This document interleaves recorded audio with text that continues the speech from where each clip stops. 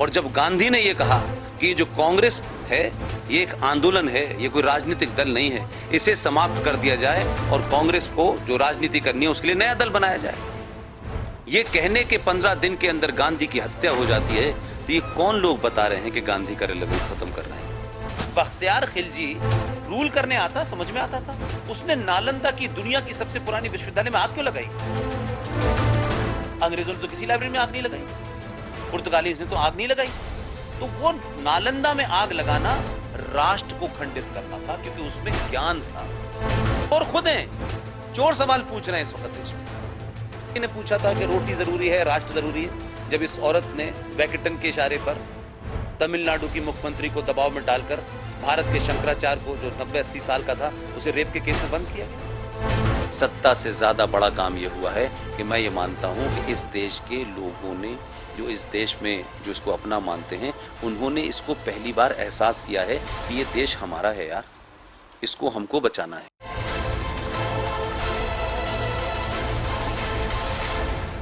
नमस्कार, हमारे साथ प्रख्यात राष्ट्रीय चिंतक, हम कह सकते हैं आप राष्ट्रवादी चिंतक पुष्पेंद्र कुरुश्रेष्ठ जी हैं। इनका परिचय देने की बहुत ज़्यादा ज़रूरत है नहीं।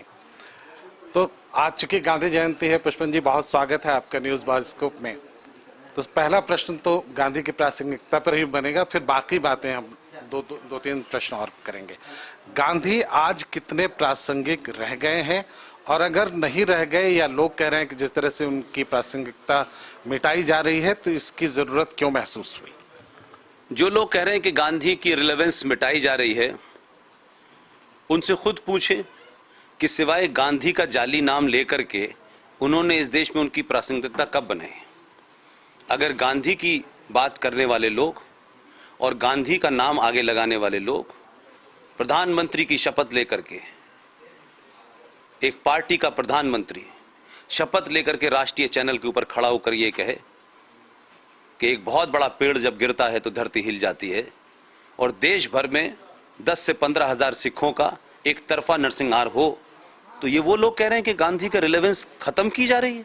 गांधी को तो आपने उसी दिन मार दिया था जब आपने सत्ताओं का खेल किया, और जब गांधी ने ये कहा कि जो कांग्रेस है ये एक आंदोलन है, ये कोई राजनीतिक दल नहीं है, इसे समाप्त कर दिया जाए और कांग्रेस को जो राजनीति करनी है उसके लिए नया दल बनाया जाए, ये कहने के 15 दिन के अंदर गांधी की हत्या हो जाती है, तो ये कौन लोग बता रहे हैं कि गांधी का रिलेवेंस खत्म कर रहे हैं? कौन गांधी का रिलेवेंस खत्म कर रहा है? आपने तो महात्मा गांधी रोड रख के बस काम खत्म कर दिया, उनकी सड़क चल रही है, उनके रास्ते पे तो कोई चल नहीं रहा। तो कौन सी कांग्रेस या कौन से वो लोग गांधी की बातें कर रहे हैं? सिर्फ इसलिए कि 70 सालों के बाद उनकी सत्ता हिल गई है, 70 सालों के बाद वो इर्रेलेवेंट हो गए। वो इर्रेलेवेंट हो गए तो गांधी को भी इर्रेलेवेंट कर रहे हैं। गांधी की तो मूर्तियां पूरी दुनिया में लगी हुई हैं। क्या इस सरकार ने आके उनकी गांधी जयंती पे आज भारत का प्रधानमंत्री राजघाट नहीं गया? क्या फूल नहीं चढ़ाए?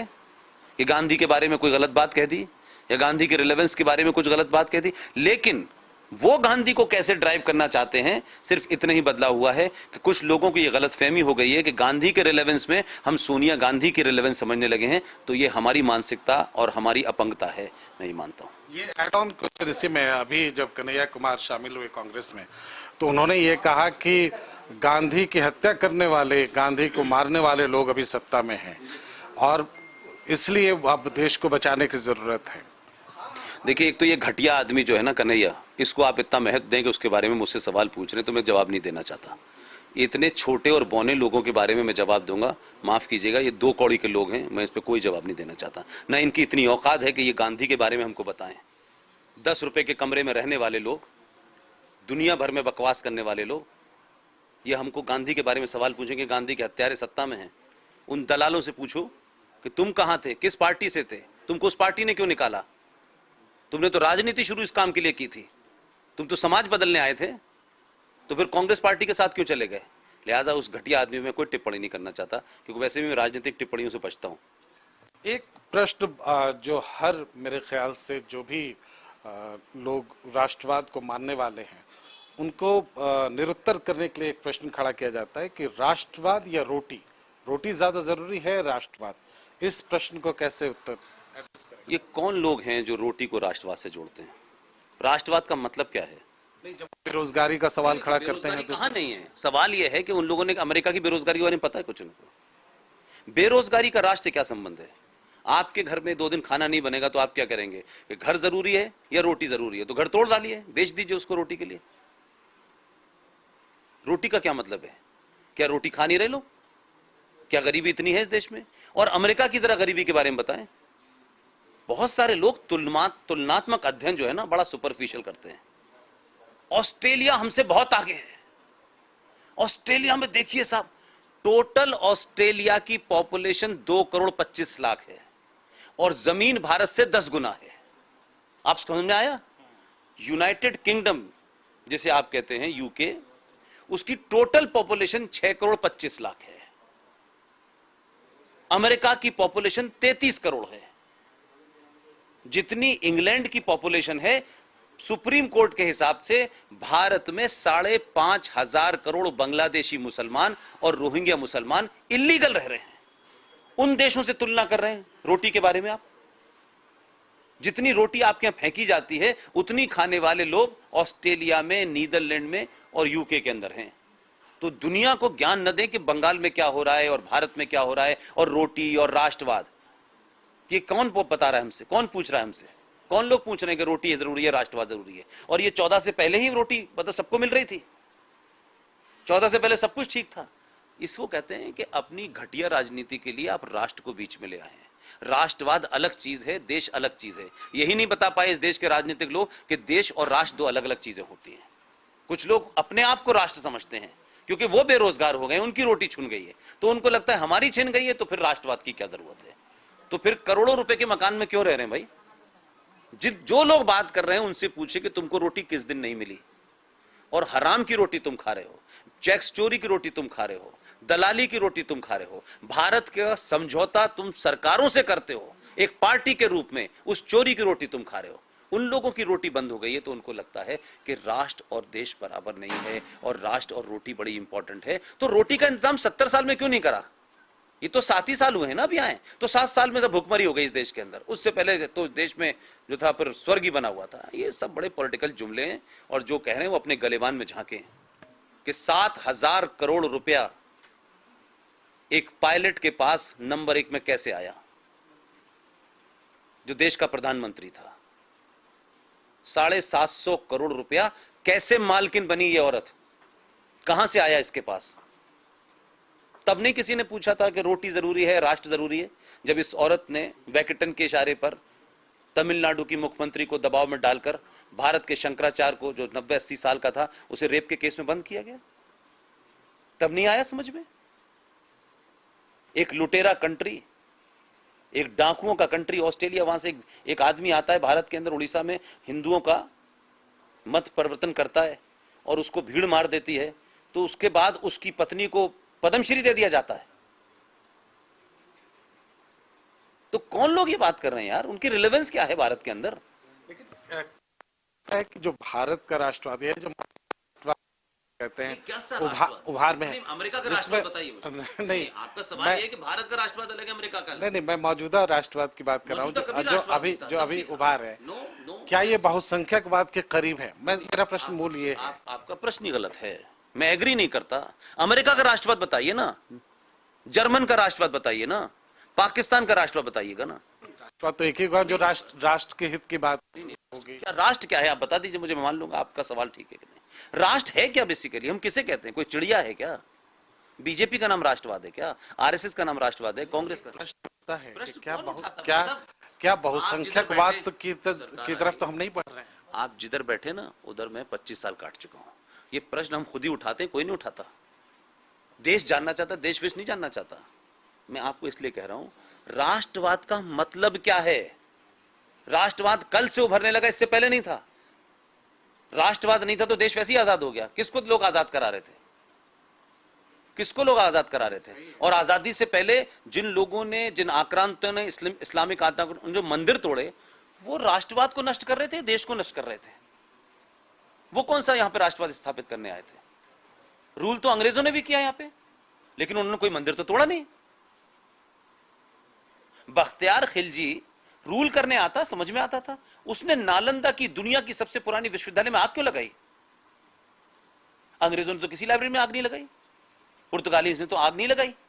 तो वो नालंदा में आग लगाना राष्ट्र को खंडित करना था, क्योंकि उसमें ज्ञान था, वो कोई पॉलिटिकल पार्टी का ऑफिस नहीं था। राज सत्ता तो अकबर ने, औरंगजेब ने, सबने की, और हमेशा दुनिया में जो दो गुलाम होते हैं लोग जाके राष्ट्र, लेकिन आपने इस देश के राष्ट्र की पहचान, जो सरोकार थे, जो आस्थाएं थी, जो परंपराएं थी, उनको धूमिल किया। इसलिए क्योंकि इस्लाम में राष्ट्र का कंसेप्ट नहीं है, इस्लाम में नेशन का कंसेप्ट नहीं है। वो ये कहते हैं कि पूरी दुनिया में जहां भी अजीज भाई जिंदा हैं, हमें उनकी चिंता पहले होगी। उनके इस्लाम के हिसाब से भारत में रहने वाला मुसलमान और उसके पड़ोस में रहने वाला रामलाल, अगर रामलाल के घर में कुछ हो जाता है तो इस्लामिक पॉइंट ऑफ बता रहा हूं मैं, मक्कारी नहीं बता रहा। जो मुसलमान यहां का मक्कारी वो मुनाफकत करता है। इस्लाम के हिसाब से अजरबैजान में रहने वाले मुसलमान को अगर कोई तकलीफ है तो इस मुसलमान को उसकी तकलीफ को महसूस करना है। यहां जो रह रहे हैं आप उनके हमवतन भाई हैं, लेकिन अजरबैजान वाला मुसलमान उनका अपना भाई है। उनके यहां नेशन का कंसेप्ट नहीं है।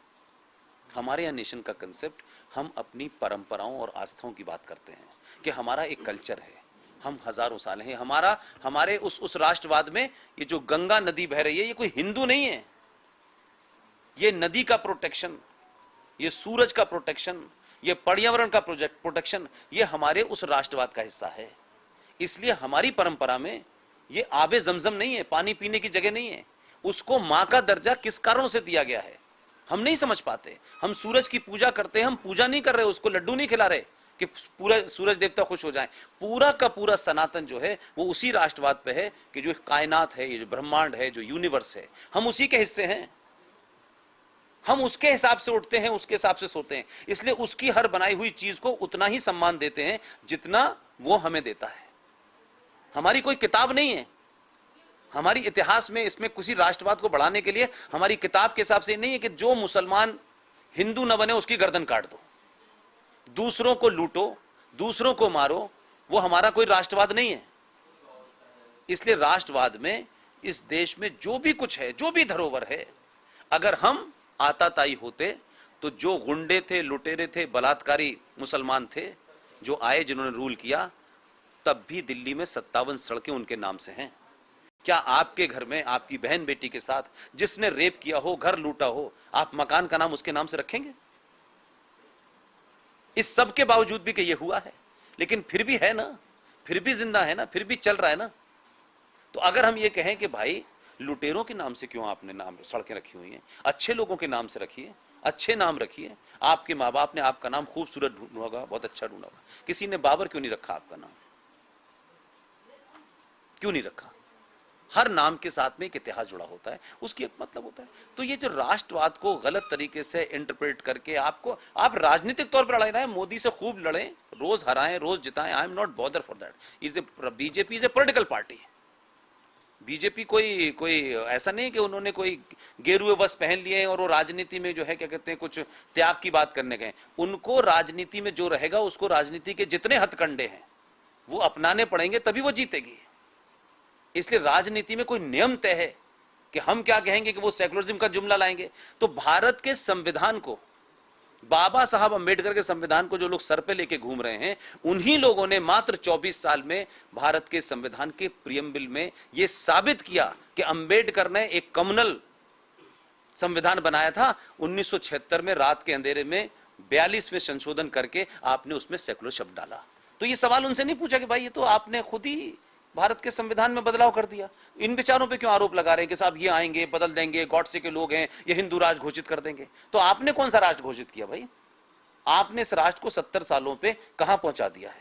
ये तो वो तय करें, ये जनता तय करेगी। और जनता ने तय कर लिया है तो अब उनको तकलीफ हो रही है, अब वो कोई नया जुमला देना चाहते हैं। इसलिए अब सांप्रदायिकता शब्द हट गया है और अब इंटॉलरेंस आ गया है। और टॉलरेंस अपने आप में नेगेटिव वर्ड है। अगर मैं टॉलरेट कर रहा हूं, इसका मतलब मैं बर्दाश्त कर रहा हूं। I don't like you but मैं आपको इसलिए बर्दाश्त कर रहा हूं, यार ये पत्रकार आ गया, मेरी जान के लिए पड़ गया, मुझे बर्दाश्त करना है। आई एम नॉट टॉलरेंट, ये भी एक नेगेटिव नोशन है। मैं एक्सेप्ट कर रहा हूं आपको, वो पॉजिटिव है। लिहाजा टॉलरेंट, इनटॉलरेंट, ये नई जनरेशन को लुभाने के लिए ये शब्द चल रहे हैं। गांधी के हत्यारे आ गए हैं, ये आ गए हैं, वो आ गए हैं, चलेगा। राजीव के हत्यारे कौन है? राजीव के हत्यारों से मिलने कौन जाता है जेल में? उनके बारे में बात होनी चाहिए ना। अगर ये गांधी के हत्यारे हैं तो राजीव के हत्यारे कौन है, इंदिरा का हत्यारा कौन है, उसके बारे में तो कुछ बताएं। संजय गांधी का हत्यारा कौन है, वाड्रा के भाई का, वाड्रा की मां का, वाड्रा के पिता का और वाड्रा की बहन के हत्यारे कौन है, बताए ना। माधवराव सिंधिया का हत्यारा कौन है, जगदीश पायलट का हत्यारा कौन है, इस पर भी जांच होनी चाहिए ना। देश का गृह मंत्री मर जाए और उसका पोस्टमार्टम ना हो, नए जहाज में बैठ के माधवराव सिंधिया जाए 5 पत्रकारों के साथ में और ब्लास्ट होकर उसकी जांच ना हो, होनी चाहिए ना। तो जो लोग जिनको हत्यारों का बहुत शौक है, बताए ना कि लाल बहादुर शास्त्री आज उनका जन्मदिन है, कहां थी बीजेपी, कहां थी आरएसएस, नहीं थे, ये तो कहीं दूर दूर तक नहीं थे भाई। उनकी हत्या के कारण कहां हैं, वो डॉक्यूमेंट क्यों छुपाए गए, क्यों डी क्लासिफाई करने पड़े आपको 70 सालों के बाद कि सुभाष के साथ क्या हुआ है, क्यों सुभाष के परिवार को 1958 तक उनके घर की आपने जासूसी की। ये जवाब वो दें, चोर खुद हैं, चोर सवाल पूछ रहे हैं इस वक्त देश में।